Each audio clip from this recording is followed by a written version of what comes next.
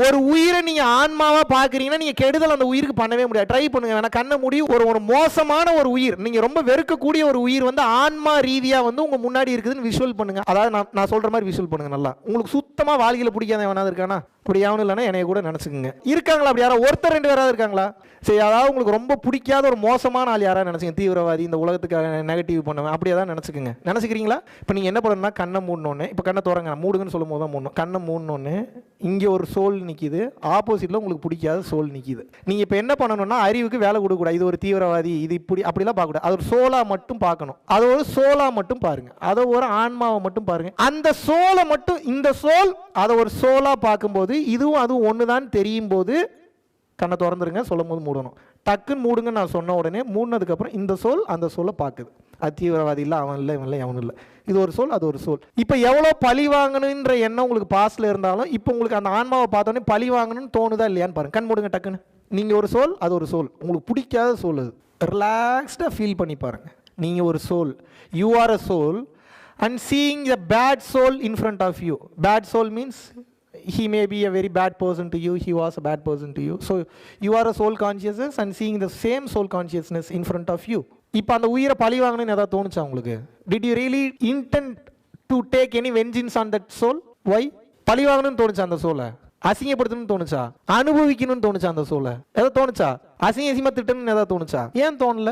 இது ஒரு பதில் எடுத்துக்கலாம். ரெண்டு பேரும் ஒன்றுன்னு பார்த்தேன், அதனால எனக்கு வலிக்கல. ஓகே, இது ஒரு பதில். ரெண்டாவது பதில் வேற ஏதாவது சொல்லுங்க. இப்போ சரி, இப்போ இப்படி செக் பண்ணலாமா? கண் மூடுங்க, இன்னொரு டைம் கண் மூடுங்க. பிடிக்காத அந்த வீணா போன இப்போ சோலா இல்லை, உங்க முன்னாடி உருவமா நிற்கிறேன். இப்போ பாருங்க என்ன தோணுதுன்னு பாருங்க. ஒன்றும் இல்லை, பொண்டாட்டி புருஷன் நினைச்சுங்க, தெரிஞ்சிடும் 10 நிமிஷத்துல. உங்களுக்கு யார் ரொம்ப பிடிக்கலையோ அந்த பர்சனை, whoever you don't like most, just visualize their image in front of your mind. You are a body with the body and you are seeing the opposite side body with the body. That person is opposite to you completely. Now you see, what will you do? Can you hug them? Can you appreciate them? Can you love them? Vallalar சொல்லிட்டு போயிட்டார் கருணையாருன்னு. மைண்டுக்குள்ள தான் இருக்கிறேன், அங்கேயே வரல. நேரில் என்னன்னா எங்கேருந்து கருணை வரும் உங்களுக்கு? முடியுதா? ஏதாவது சும்மா ஒரு ஹக் தானே பண்ணிக்கங்க. ஒரு ஹக் பண்ணுங்க, அவங்கள ஒரு ஹக் பண்ணுங்க, ஜென்டில் ஹக் பண்ணுங்க. இப்போ டக்குன்னு அப்படியே சோல் கான்சியஸ்னஸ் மாத்துங்க, டக்குன்னு மாத்துங்க அப்படியே கண்ணு. while you are closing the eyes, just change your consciousness from the body consciousness to soul consciousness. Now you see the same soul. Can you hug them? Can you see them for long time just by seeing a soul? Slowly open your eyes. Slowly open your eyes. என்ன புரிஞ்சுது உங்களுக்கு? What did you understand from this thing? இல்லை முதல்ல இதை கேட்டுக்கிறேன், அப்புறம் நியாயமாக அதுக்குள்ளே போ. உண்மையாகவே உடலாக பார்க்கும்போது கோவம் வந்துதான் வரலையா? பொய்யெல்லாம் சொல்ல வந்துதான் வரலையா? மனுஷனா பேசுங்க, ஞானியாக பேச. எனக்கு இப்போ ஞானியே வேணாம், எனக்கு இப்போ மனுஷன் தான் வேணும். உடலாக பார்க்கும்போது கோவம் வந்துதான் வரலையா? வந்துதான் வரலையா? ஆன்மாவை பார்க்கும்போது கோவம் வந்துதான் வரலையா? ஏன் வரல? அதான கேள்வி. உடலை பார்க்கும்போது என்ன ஆகும்னா அவங்க பண்ண பூரா கெட்டது முன்னாடி வந்து நீங்க நல்லது வரவே வராது. இந்த உலகம் உடலாக பார்க்கும் வரையில் 100% வலி வேதனைகளை கொடுத்து கொண்டே இருக்கும். ஏன் அப்படின்னா உங்களோட அறிவு, உங்களுடைய தெளிவு உடலுக்குள்ளேயே லாக் ஆயிரும். அதை தாண்டி உங்களால் சிந்திக்க முடியாது. எப்போது இந்த உடல் என்கின்ற நிலையை கடந்து மனம் என்கின்ற நிலையை பார்க்குறீங்களோ, இப்போ திருட்டுத்தனம் அதிகமாக வரும். இப்போ என்ன அதிகம் வரும்? மனம்னாவே திருட்டுத்தனம் தான், தந்திரம் தான். உடலாக பார்த்தீங்கன்னா ஆசை, பேராசை, பந்தம், பாசம், பற்று, காமம், மோகம், மோட்சம், அதெல்லாம். மனமாக பார்த்தீங்கன்னா திருட்டுத்தனம் அதிகமாகும். ஏன் திருட்டுத்தனம் அதிகமாகும்? மனம்னாலே தந்திரக்காரன் அர்த்தம். மனம்னா என்ன அர்த்தம்? தந்திரம் செய்பவன் அர்த்தம். அப்போ இந்த உலகத்தில் ஜெயிக்கணும்னாலும் தோக்கணும்னாலும் தந்திரம் என்பது அவசியம். S or no? மைண்டு தானுங்க தந்திரான்னு சொல்லுவாங்க, மைண்டு டெக்னிக்ஸ்ன்னு வந்து சொல்லுவாங்க.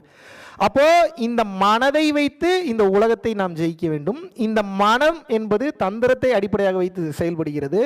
அப்போ உடலாக பார்க்கும்போது பந்த பாசங்கள், மனமாக பார்க்கும்போது என்ன நடக்குது? உங்களுக்கு ஒருத்தருடைய பாசிட்டிவ் நெகட்டிவ் பூரா தெரிஞ்சிடும். இப்போ நீங்கள் அவங்க உடலாக பார்க்கல, நீங்கள் எப்படி பார்க்குறீங்க? மனமாக பார்க்குறீங்க. மனம்க்கு என்ன உருவம் கொடுப்பீங்க நீங்கள்?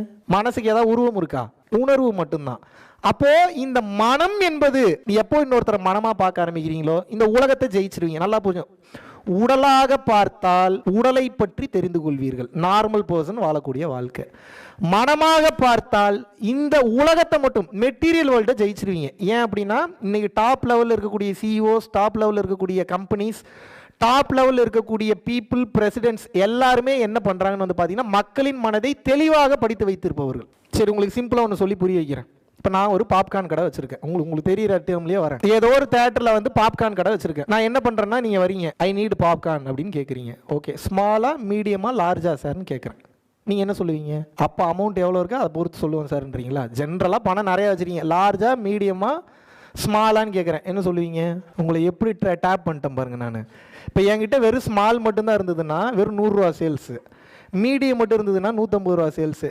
நான் லார்ஜ் வேணுமான்னு கேட்குறேன், நீங்கள் லார்ஜ் தான் வேணுன்றீங்க. ஏன்? இப்போ எனக்கு 500 ரூபா சேல்ஸ் ஆகிடுச்சு. நான் பாருங்கள், நான் என்ன பண்ணுறேன்னா இந்த லார்ஜ் பாப்கார்னை சேல்ஸ் பண்ணணுன்றதான் என்னோட நோக்கமாகவும் இருக்கும். எடுத்தோடனே நான் எப்படி போய் உங்களை இன்ஃப்ளூயன்ஸ் பண்ண முடியும்? இந்த பாப்கார்னை தான் உங்களை வாங்க வைக்க போகிறேன், ஆனால் அதுக்கு ஒரு ஸ்கெட்ச் போடுறேன். அப்போ நான் என்ன பண்ணுறேன்? முதல்ல சின்னதுன்னு ஒன்று கொடுக்குறேன், அப்புறம் பெருசுன்னு ஒன்று கொடுக்குறேன், அப்புறம் இது ரெண்டுத்துக்கு நடுவில் மீடியம்னு ஒன்று கொடுக்குறேன். அப்போ என்னன்னா இன்டைரக்ட்லி உங்கள் மைண்ட் செட்டை நான் தான் செட் பண்ணுறேன். எப்படி செட் பண்ணுறேன்? சார் ஸ்மால் வேணுமா, சார் மீடியம் வேணுமா, சார் லார்ஜ் வேணுமா? நீங்கள் என்ன சொல்கிறீங்க? சார் எனக்கு ஸ்மாலே போதுன்றீங்க. இப்போ பாருங்கள், நான் எவ்வளோ புத்திசாலியாக இருந்தேன். சார் ஸ்மாலில் இவ்வளோ ஆஃபர் இல்லை, இதில் நாங்கள் எக்ஸ்ட்ரா இது போடுவோம் அது போடுவோம். ஸோ நீ மீடியம் வாங்குகிற ரேட்டுக்கு இன்னொரு 10 ரூபா 20 ரூபா எக்ஸ்ட்ரா போட்டிங்கன்னா நீங்கள் லார்ஜே வாங்கிடலாம் சார்னு உங்களுக்கு என்ன தோணும்? ஆமாம், நல்ல டீலாக இருக்கே, பாப்கார்ன் எடுத்து கீழே கொட்ட போகிறோம், நம்ம பிள்ளைங்களுக்கு கொடுக்கலாம், சாப்பிட போகிற மேட்டர் தான். ஆனால் நீ 100 ரூபா ஆக வேண்டிய சேல்ஸ் நான் 500 ரூபா பண்ணிட்டேன். Yes or no? This how you are being used. அப்புறம் இன்னொரு டெக்னிக்ஸில் இருக்குது தெரியுமா? How you are being used. யார் மூலிமா யூஸ் பண்ணப்படுறீங்க அப்படின்னா உங்களை ஏமாற்றணும்னு நினைக்கிறவங்க. அது நான் அவங்களுக்கு பேரெல்லாம் சொல்ல மாட்டேன், எங்கள் பேர் எப்படி வேணாலும் வச்சுக்கோங்க. அவங்களுக்கு எப்படி உங்களை யூஸ் பண்ணுவாங்க அப்படின்னா ரொம்ப கவனிக்கணும். 1 லட்சம் ரூபான்னு சொன்னால் 5 டிஜிட் பெருசாக தெரியும். மைண்ட் செட் பாருங்கள். 99,999 ரூபானா கம்மியாக தெரியும். ரெண்டுத்துக்கு எவ்வளோ டிஃப்ரென்ஸு? 99,999 ரூபாய்க்கும் 1 லட்ச ரூபாய்க்கு எவ்வளோ டிஃப்ரென்ஸு? 1 ரூபாயில் நான் ஒரு வீடு கட்டிடுவீங்களா? நான் எழுதி தரேன், சேம் ப்ராடக்ட் 2 பேர் சேல்ஸ் பண்ணுங்கள், நீங்கள் 1 லட்ச ரூபாய்க்கு கொடுங்க, நீங்கள் 99,999 ரூபாய்க்கு கொடுங்க, பூரா பேர் உங்ககிட்ட இருந்து வந்து தான் வாங்குவான். ஏன் சொல்லுங்கள்? அவன் மைண்டு அந்த 1 ரூபா அந்த டிஃப்ரென்ஸ் இருக்குல்ல, அது ஏதோ பெரிய டிஃப்ரென்ஸாக அவனுக்கு தெரியுது. உங்களே அறியாமல் உங்கள் மைண்டை நம்ப வைக்கிறான். It's completely different game. What you are thinking is actual not you are thinking. That's completely a different game. நீ என்ன புரிஞ்சுக்கணும்னா நீங்கள் பயன்படுத்தப்பட்டு கொண்டு இருக்கிறீர்கள், அதில் மாற்றுக்கிறதே இல்லை. யார் பயன்படுத்துறாங்களா? யாரோ எங்கேயோ இருந்து யாரோ உங்களை பயன்படுத்துறாங்க. இப்போ எதுக்கு உங்களை? மாற்று கருத்தே இல்லை, நீங்கள் பயன்படுத்தப்பட்டு தான் தீர்வீர்கள். அதில் சான்ஸே கிடையாது, அதில் மாற்றலாம் முடியாது. ஏன் அப்படின்னா உங்கள் அப்பனுக்கு அப்பா வந்தாலும் இதெல்லாம் மாற்ற முடியாது. ஏன் சொல்லுங்க? அவன் 100-150 வருஷத்துக்கு முன்னாடியே உட்காந்து பிளான் போட்டு ஸ்கெட்ச் போட்டு இப்படித்தான் நடக்கணும், இதுதான் நடக்கணும், ஒவ்வொரு நாட்டிலும் இதுதான் போகணுன்றதை முடிவு செய்து விட்டார்கள். இப்போ நம்ம என்ன பண்ணணும்னா, என்ன நீ பயன்படுத்திக்க போறியா இல்லை உங்கள் எல்லாரையும் பயன்படுத்தி உங்களெல்லாம் ஹர்ட் பண்ணாமல் நான் முக்திக்கு போயிட போறேன்னா? இதுதான் கேம். புத்திசாலி இந்த கேமை மட்டும்தான் விளையாடுவான். புத்திசாலி என்ன பண்ணுவான்?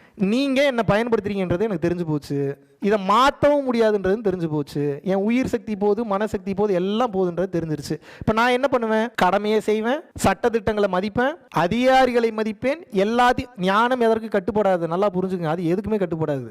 ஆனால் இந்த ஞானம் வந்ததுக்கப்புறம் சட்டத்திட்டங்களுக்கு உட்பட்டு, கட்டுப்பாடுகளுக்கு உட்பட்டு இந்த பூமியில் நீங்கள் எப்போது வாழ ஆரம்பிக்கிறீர்களோ அப்போ என்ன ஆகும்னா எல்லா கூத்தும் புரிய வந்துடும்.